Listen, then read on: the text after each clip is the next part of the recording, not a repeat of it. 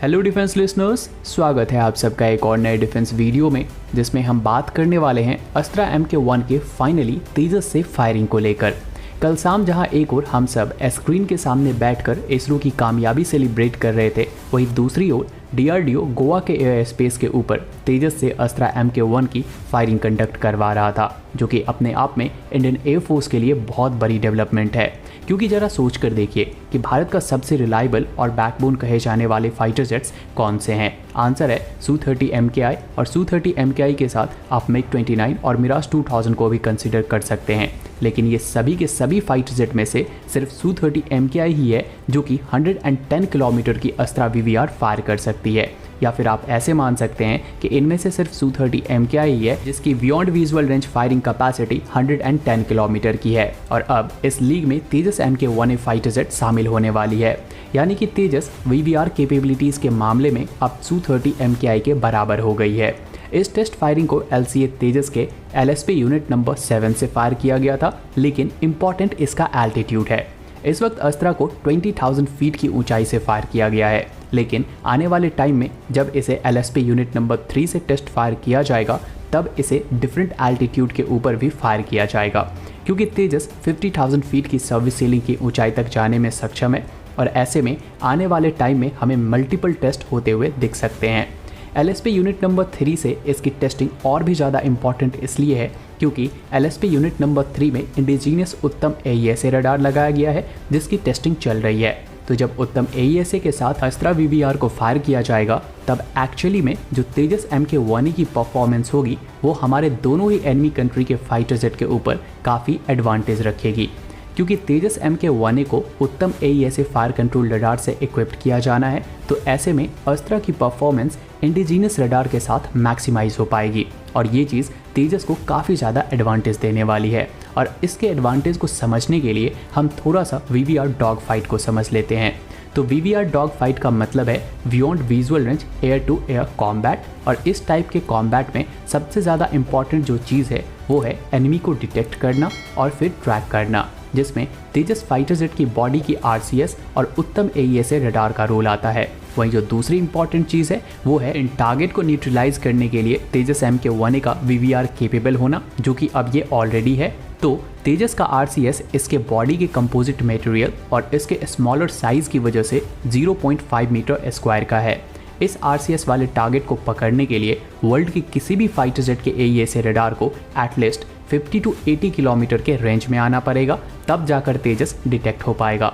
वहीं अगर हम अपने दोनों पड़ोसियों के फाइटर जेट की बात करें, तो दोनों पड़ोसियों के पास मौजूद फाइटर जेट में से जो सबसे मिनिमम RCS वाला फाइटर जेट है, अगर हम J-20 को छोड़ दें, तो J-10 है, जो कि 1 metre square to 1.5 metre square का है। JF-17 का RCS इसके वेरिएंट के हिसाब से वैरी करता है, जो कि 1.5 metre square to 3 metre square तक वैरी करता रहता है। इसके अलावा F-16 और चाइना के पास मौजूद बाकी के सभी फाइटर जेट जो कि फ्लैंकर कैटेगरीज के हैं, तो उसका RCS 3 metre square to 20 metre square तक का है।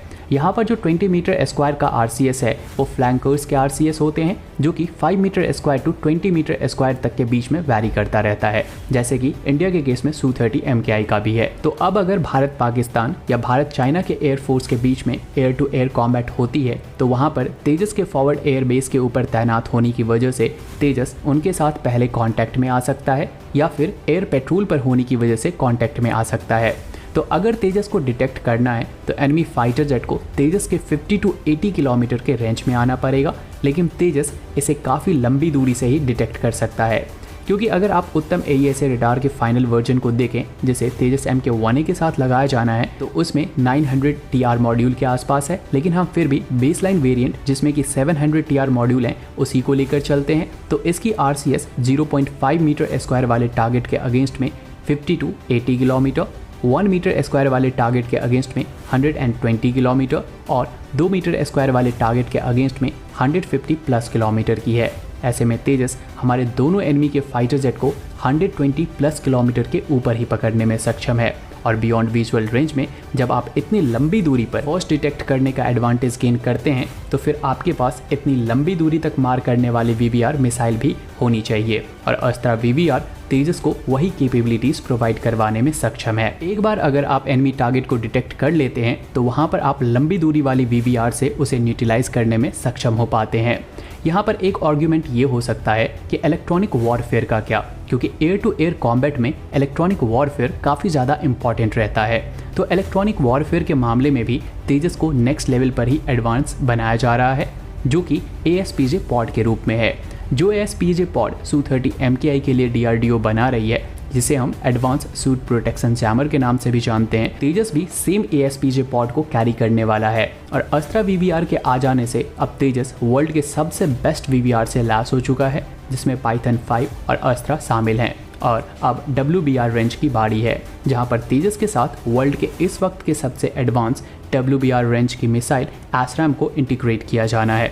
तो ओवरऑल डे बाय डे तेजस की कैपेबिलिटीज़ नेक्स्ट लेवल तक इंक्रीज हो रही है, और जो फायर पावर इस वक्त स्मॉलेस्ट कॉम्बैट एयरक्राफ्ट LCA तेजस के पास है, ये आने वाले टाइम में इंडियन एयरफोर्स की इन्वेंट्री में रफाल के बाद Su-30 MKI के साथ अपना पोजीशन बना लेगा। और फिर आप सोच के देख सकते हैं कि जब तेजस MK-1A इस फायरिंग कैपेसिटी के साथ एयरफोर्स में शामिल हो रही है, तो तेजस MK-2 इंडियन एयरफोर्स को जब ज्वाइन करेगा तो वो किस लेवल की फायरिंग पावर इंडियन एयरफोर्स को देगा। तो इस सब के बारे में आप सबका क्या ओपिनियन है वो हमें कमेंट सेक्शन में ज़रूर बताएं। बाकी आज के इस वीडियो में इतना ही। उम्मीद है आपको ये वीडियो इन्फॉर्मेटिव लगी होगी।